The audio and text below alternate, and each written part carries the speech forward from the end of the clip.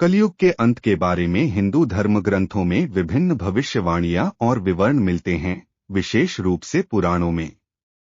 कलयुग का अंत और सतयुग की शुरुआत एक चक्र की तरह है, जो 4 युगों सतयुग, त्रेतायुग, द्वापर युग और कलियुग के क्रम में चलता है। कलयुग का अंत मुख्यतः भगवान विष्णु के कल्कि अवतार के प्रकट होने से जुड़ा हुआ है। वीडियो को शुरू करने से पहले आप हमारे चैनल पर नए हैं तो हर रोज कुछ नया जानने के लिए हमारी यूट्यूब चैनल सरमन महर ब्लॉग को सब्सक्राइब करके हमारे यूट्यूब परिवार का हिस्सा बने। तो चलो वीडियो को शुरू करते हैं। जब पाप, अधर्म, हिंसा और अन्याय अपने चरम पर पहुंच जाएगा, तब कलयुग का अंत होगा।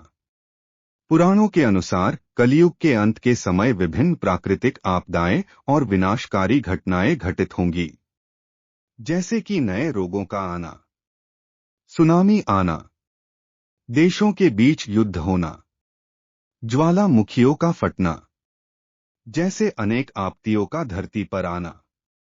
हिंदू धर्म के अनुसार 4 युगों का एक चक्र होता है: सतयुग, त्रेतायुग, द्वापर युग और कलियुग।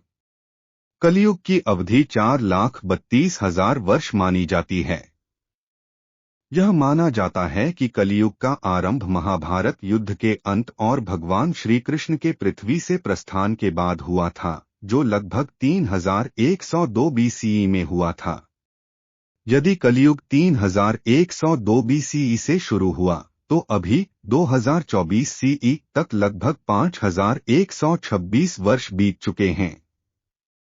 इसका मतलब है कि कलियुग के अंत में अभी भी कई हजार साल बाकी हैं। धार्मिक और नैतिक मूल्यों का नाश, बढ़ती हुई बीमारियां और कष्ट, अत्यधिक प्राकृतिक आपदाएं और विनाशकारी घटनाएं कलियुग के अंत का संकेत है।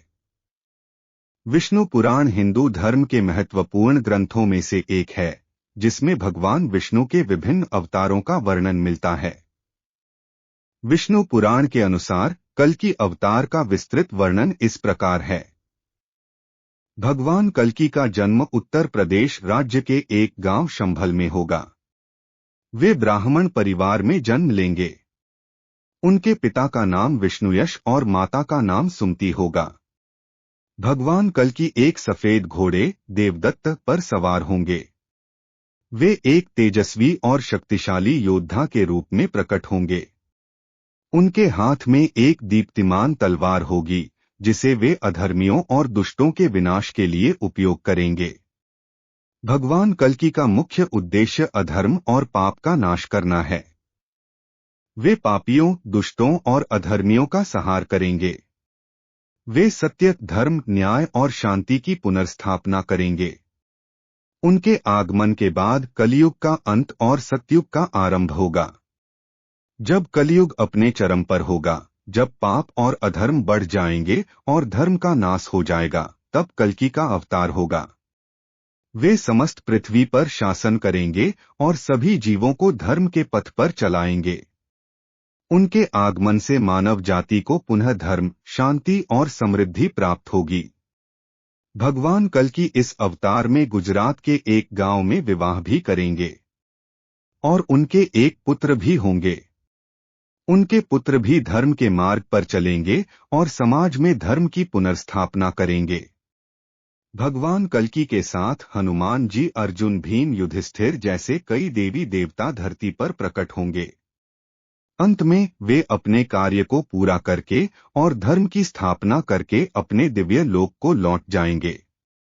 विष्णु पुराण में कल्कि अवतार का वर्णन यह स्पष्ट करता है कि उनका अवतार एक उद्धारकर्ता के रूप में होगा, जो अधर्म का नाश करके धर्म की पुनर्स्थापना करेंगे और कलियुग को समाप्त करके सतयुग की शुरुआत करेंगे। उनके द्वारा किए गए कार्य समाज को पुनः धर्म और न्याय की दिशा में अग्रसर करेंगे।